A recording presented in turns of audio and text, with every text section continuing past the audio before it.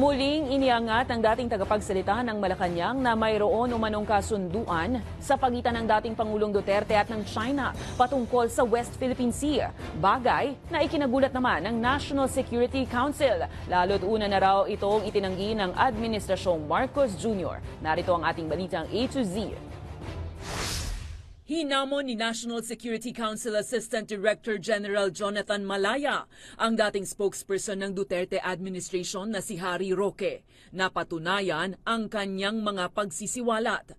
Sa kanyang Facebook Live nitong Martes, sinabi ni Roque na may kasunduan umano sa pagitan ni Duterte at ng Beijing na panatilihin ang status quo sa West Philippine Sea. Madali lang po yan. Ibalik natin at tumupad dun sa kasunduan ng panahon ng dating presidente na pagkain at tubig ang ibibigay sa mga tao sa Sierra Madre. Walang gulo kung ganun. Pero kapag sumuway tayo doon sa sinabi ng China na bawal talaga ang pagbadala ng mga construction materials, mangyayari po yan. Iwawater cannon. We are surprised by the statement by Secretary Harry Roque because it was made clear I think around a year ago by Executive Secretary Miguel Dea that there was no such agreement.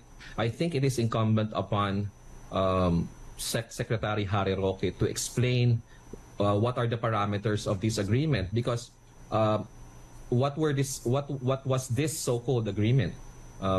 Does this mean that there was an agreement to remove BRP Sierra Madre from Ayungin Shoal? No, it is not clear what exactly was that agreement. Maging ang kapwa kaalyado ni Duterte na si Senator Ronald Bato de la Rosa, iginiit na walang alam ukol sa umano'y kasunduan. Pero para malinaw, dapat anya. I don't know.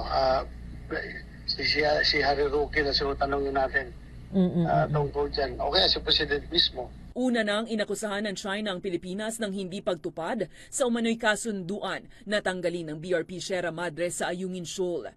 Itinanggi ni Pangulong Marcos na may ganitong kasunduan. Pero kung mayroon man, ay agad niya itong pinapawalang bisa. Sa harap naman ng sunod-sunod na harassment ng China sa West Philippine Sea, sinabi ng National Security Council na dapat bigyan ng panahon ang Pangulo.